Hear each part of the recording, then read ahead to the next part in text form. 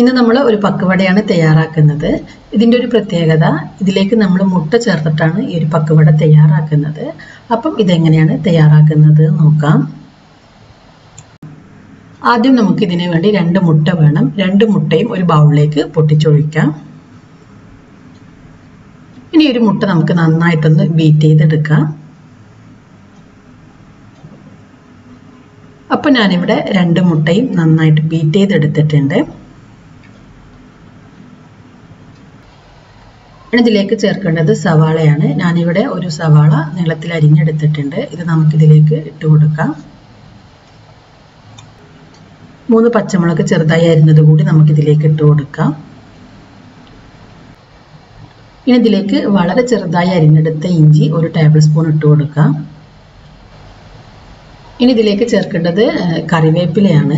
ഞാനിപ്പോൾ കറിവേപ്പില ഇല്ലാത്തത് കൊണ്ട് കുറച്ച് മല്ലിയില ചേർത്തിട്ടുണ്ട്. കറിവേപ്പിലയോ മല്ലിയിലയോ എന്ത് വേണമെങ്കിലും ചേർത്ത് കൊടുക്കുക. കറിവേപ്പില ഉണ്ടെങ്കിൽ കറിവേപ്പില തന്നെ ചേർക്കാം. ഇനി നമുക്കിതിലേക്ക് 1/2 ടീസ്പൂൺ മഞ്ഞൾപ്പൊടിയും 1/2 ടീസ്പൂൺ മുളക് പൊടിയും ചേർത്ത് കൊടുക്കാം. ഇനി നമുക്കിതിലേക്ക് ചേർക്കേണ്ടത് കടലമാവാണ്. ഞാനിവിടെ 1 കപ്പ് കടലമാവ് എടുത്തിട്ടുണ്ട്. ഈ ഒരു കടലമാവ് നമുക്കിതിലേക്ക് ഇട്ട് കൊടുക്കാം. ഒരു 1/4 കപ്പ് മൈദ കൂടി ഇതിലേക്ക് ചേർക്കുന്നുണ്ട്. മൈദ നമുക്ക് ആവശ്യമെങ്കിൽ വീണ്ടും ചേർത്ത് കൊടുക്കണം. ആദ്യം 1/4 കപ്പ് മൈദ ചേർത്തിട്ട് നമുക്കിത് നന്നായിട്ട് കൈകൊണ്ടൊന്ന് കുഴച്ചെടുക്കാം. അപ്പോൾ ആവശ്യത്തിന് ഉപ്പ് കൂടി ചേർത്ത് നമുക്കിത് കുഴച്ചെടുക്കാം.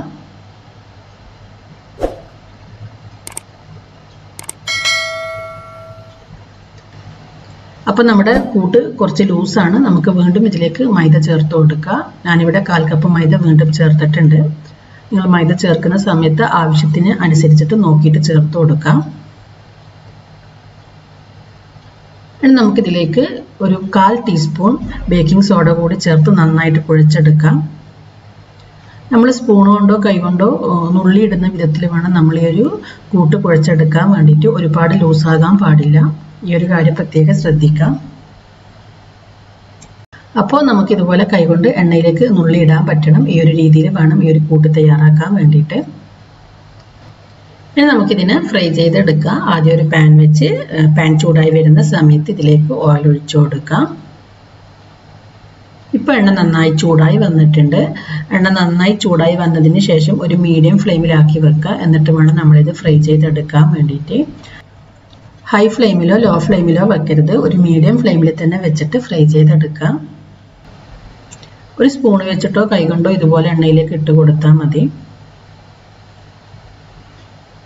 ഇപ്പോൾ കളർന്ന് മാറി വരുന്നത് വരെ നമുക്കിതിനെ ഫ്രൈ ചെയ്തെടുക്കാം. ഇപ്പോൾ നന്നായി ഫ്രൈ ആയി വന്നിട്ടുണ്ട്. ഇനി നമുക്കിതിനെ പാനിൽ നിന്ന് മാറ്റാം. അപ്പോൾ വൈകുന്നേരം ചായക്ക് പെട്ടെന്ന് ഉണ്ടാക്കാൻ പറ്റിയിട്ടുള്ള ഒരു സ്നാക്കാണിത്. നിങ്ങൾ തീർച്ചയായും ട്രൈ ചെയ്ത് നോക്കിയിട്ട് ഇതിൻ്റെ ഫീഡ്ബാക്ക് അറിയിക്കണം.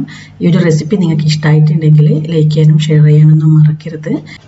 അപ്പോൾ നിങ്ങൾ എൻ്റെ ചാനൽ സബ്സ്ക്രൈബ് ചെയ്തിട്ടില്ലെങ്കിൽ തീർച്ചയായും സബ്സ്ക്രൈബ് ചെയ്യാം.